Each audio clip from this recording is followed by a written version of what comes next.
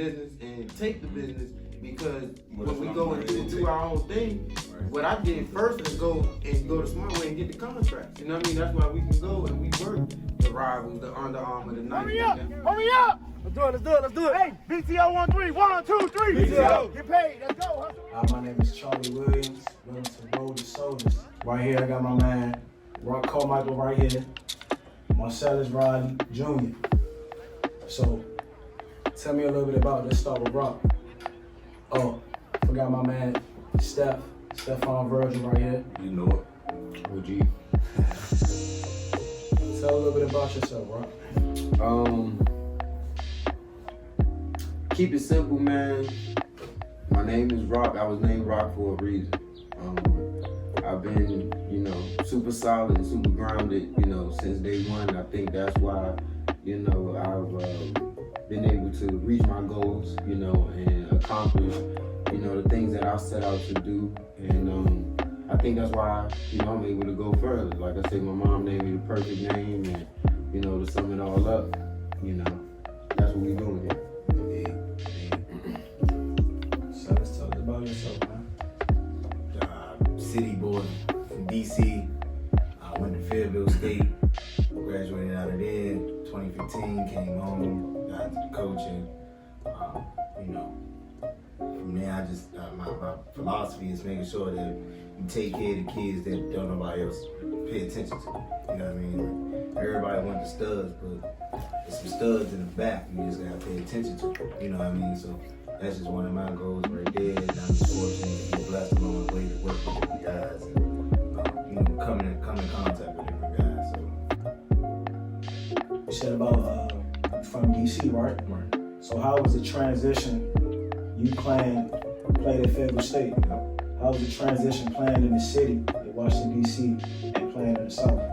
Well, I had a culture shock first. I went to Glenville State in West Virginia for 2 years. And then obviously I was like, that environment, I was like, it showed me a different side of myself, being able to adapt and being so isolated out there in West Virginia, you really tap into who you are.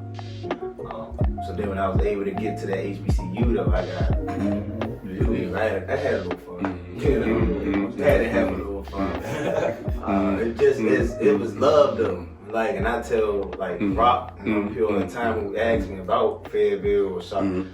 I love Fayetteville. That's all you say every time. Hey, look, you say You going to Fayetteville? I love Fayetteville. You going to Charlotte? I love Charlotte. That's his answer. He ain't gonna tell you he going or not. And he going. Right. I'm telling you, I'm back and forth like every other month. I'm telling you. But just the difference down here, I came in, I walked on originally. Just transferred in. Like, my coach at the time, Coach K, was my stepbrother's offensive coordinator at FAM. And then I just so happened to already have ran into Coach Randall, because he was at Virginia Union. Then Coach Hargrove at Virginia State. So just already knowing them, because I wasn't recruited out of high school. But you the rattler then, I barely played. You know what I mean? Like, I was definitely that special teams kid hitting rock, and I'm like, bro, what's up? Like, y'all, you know what I mean? Yeah. So that part, and I went and took care of business. Like, that was like your one shot. And that was one of the things, and we'll get into it, but that was one of the things where it's like, oh, you got one chance, and it's like only 1% of them people. I think it was like maybe 120 guys at this recruitment combine to get on. So I hit up Randall and them. Hey, I'm just trying to walk in with practice film. I ain't even had no game film from Glenville. Let me come in. I got hurt in training camp. After I got hurt, came back on a Thursday, right before we played Virginia Union. Did probably like 15 minutes in it. He was like, all right, bet, nah, he good. So I ended up playing a lot under Coach Hargrove my first 2 years. Then transitioning into my final. I bounced around a lot, played safety, the nickel, dime, both corners, however you want to do, boundary field, whatever.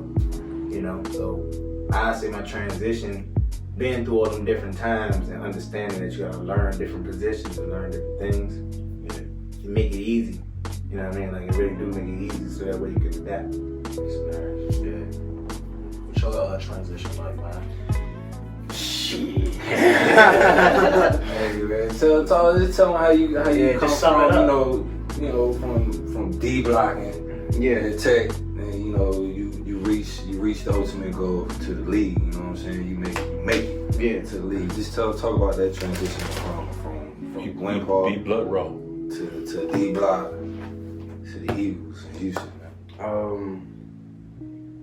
Well, like I said, man, me and Coach SOULACE, that's why we boys, right? That's why we boys. That's why we tight. You know, we kind of had that same fight.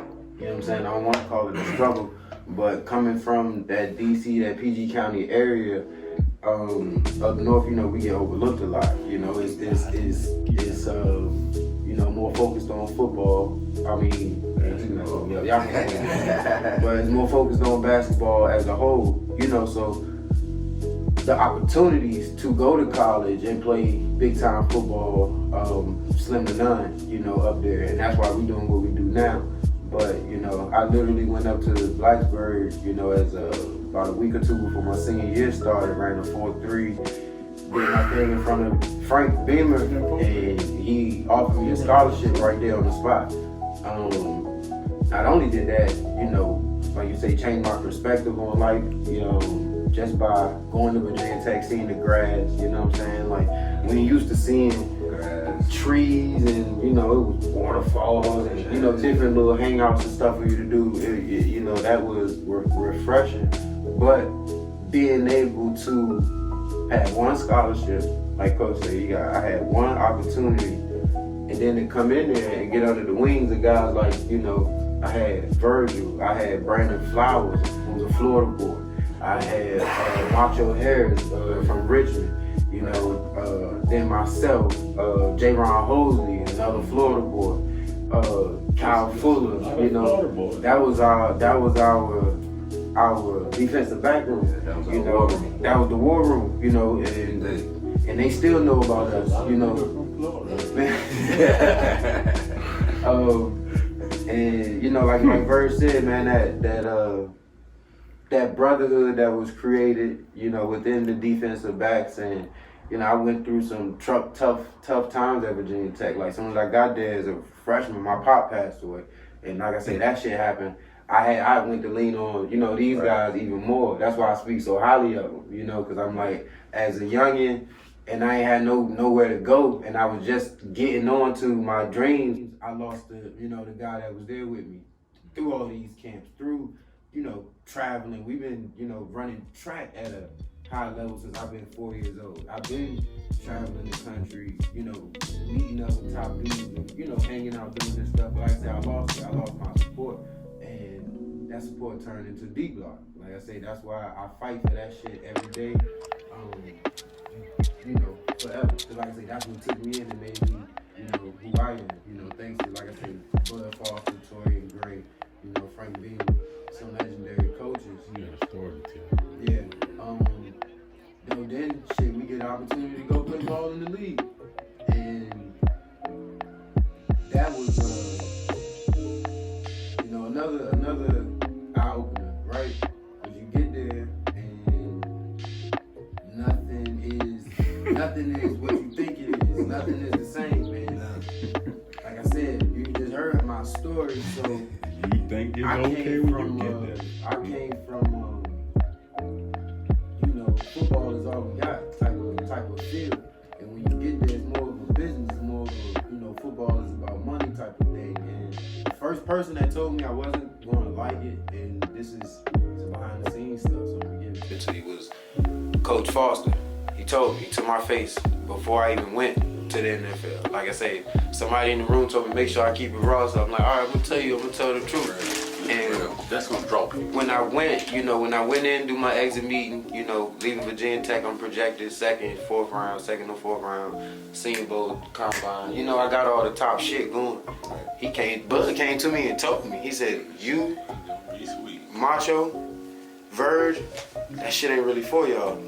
He said, y'all more of y'all individuals, y'all more thinkers, you know, it's more for the guys like Systematic. system guys. You know, I felt that too going into the league, man. Like it just didn't feel the same. Like you couldn't really be yourself like you wanted to be. You know what I'm saying? So that's deep right there, bro. A lot of people ain't gonna get that. Like I said, and I look to Bud Foster, you know, for a lot. Like I said, he was there in my pop pass. He's a great coach. You know, he used to be there for us.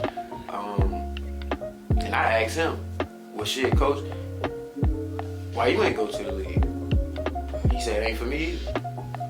And he told me the truth. And everybody asked me all the time, well, Bud Foster, he was so great at coaching. Why he ain't leave Virginia Tech? Why he ain't go to the league? Why he didn't do nothing? I said, bro, we used to see Bud every year. Michigan, LSU, all them top, your ADs would be at our practice, not looking at it, trying to get Bud. They coming to Bud. Coming to Bud to get him. Yeah. But he would tell her, he would never leave Blacksburg and never go coach nowhere else because he was loyal, and that's what made him who he is, and he understood that, you know, that game could be a lot different, you know, if you go to that next level, you go somewhere else. So, like I say, that was, you know, my eye opener as a whole. You know, I damn near walked up one day, got a scholarship, you know, took that to a 4th round pick, to a slap in the face from, you know, your favorite mentor telling you, yeah, them your dreams, but that it shit don't really matter, you know, because it's different on that level. So, you know, like I said again, now we here, and now I feel like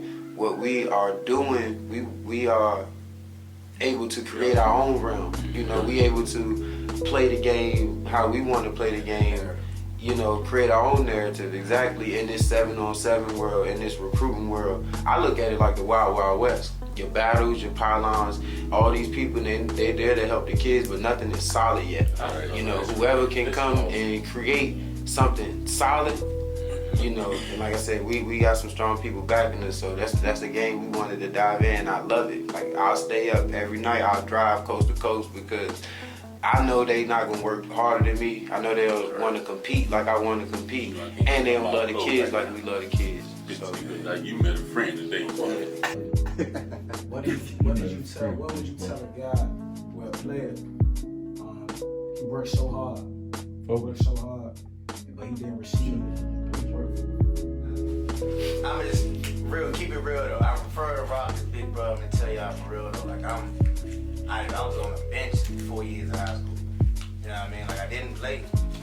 I didn't even have enough for a 30-second. I'm in the DMs with bro.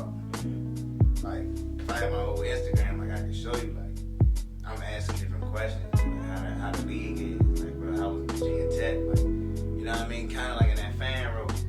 And then the one thing like that always kept me going for real was like this mug real life, like getting me back.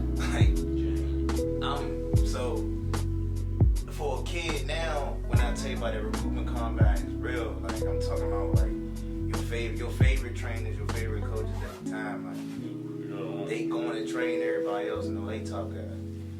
I'm on the field. Two of my best friends. One he was a track guy, but he was running routes for me. Another one, he a damn cook, but he throwing the ball for me. We in the middle of the summer out on Kenilworth Field, dirt sand. Like they field trash, no nothing, just like the set of bleachers, the track, and then it said we out here. And they give me one shot, $100. We got about 30 schools to come look at y'all. And you get one shot. I walked away 5 solid offers, 2 PWOs. And from there it was just like, damn, I got options. And for the first time, nobody ever asked me, oh, you got the tape. And what your coaches say, they say what your grades are. And one thing I tell that kid,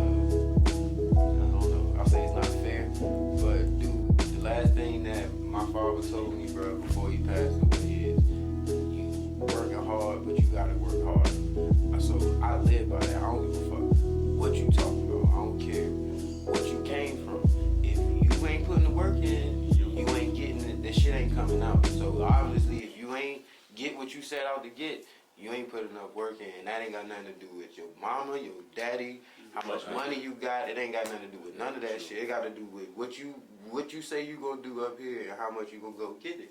Like, for real. Like, That's what kids that shit on my dad's obituary. That shit say you working hard, but you gotta work hard. That's the last words. You know what I'm saying? And that's real. Oh, And I was already going to the league. that's tough. That's tough. I was already going. You feel me? That's what he told me. Like, yeah, you ain't doing enough.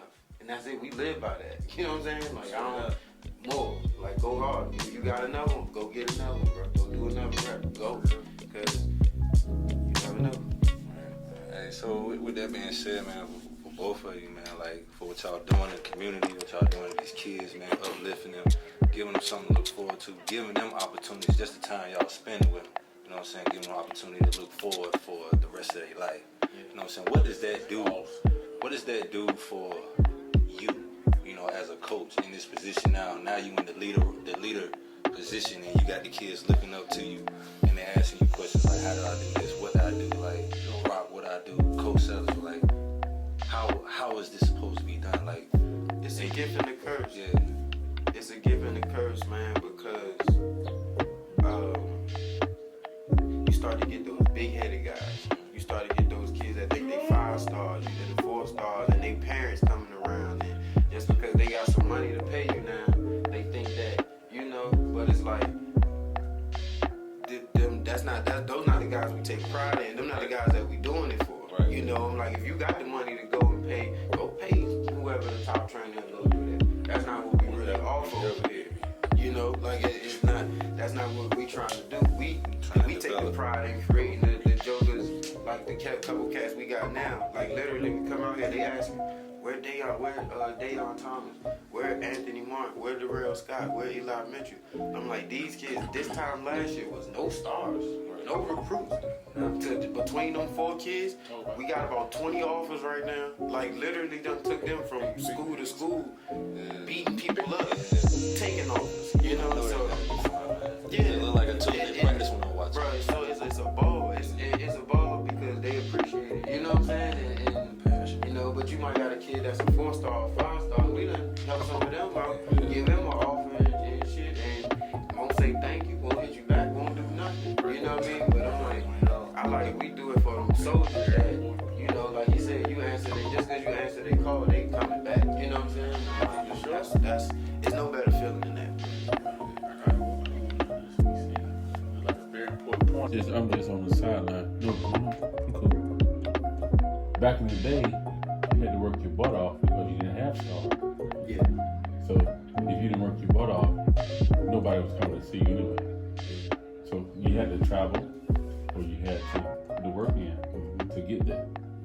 So now, when you have those kids that come up with these 4 and 5 stars, you have people that right away jump to them. When that kid that is probably more athletic, probably a better player. So what about you, Coach? What does that do for you, man? Your coaching and training, your knowledge, you handing your knowledge down to the youth for them to run with it. What does that do for you? It's like and I don't want it to be misconstrued, but it's like an adrenaline rush. Yeah. Like a thrill.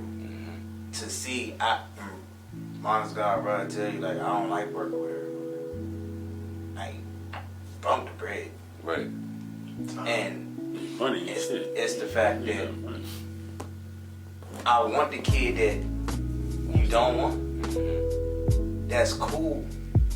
I don't want that star. Be honest with you, because I wasn't that. I know I wasn't that. I ain't had no shame in telling nobody. Because at the end of the day, it's nothing. I walked away with bags and played longer than a lot of guys that had the D1 homes. That's gangster. I walked away with a degree. You know what I'm saying? Like, and just to be able to tell that kid that life experience from that point, that's what I get out of it. It's like, bro, I can tell you that you not working hard because I had to. Right. You know what I'm saying? Like, right. I'm talking about, like I told you, it's 2 guys that don't even play football. Don't play football at all. And we out here in the middle of the summer. I'm teaching. Whatever drills I'm getting from bruh or whatever, I'm out this jump doing it by myself. I don't know if I'm doing it right or wrong, but I'm gonna do it. Man, I met these guys. These guys are genuine. They are doing exactly what young black men should do, and I value everything that they're doing. And I played motherfucking 9 years in the NFL. Talk to him. What's up? I still own every record at Florida A&M University. You want to look it up?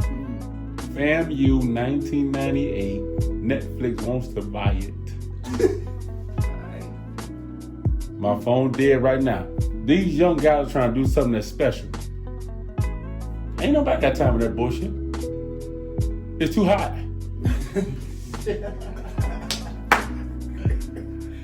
Shit. Hey, that's from the big dog himself. I still own every record at Florida A&M University. You want to look it up?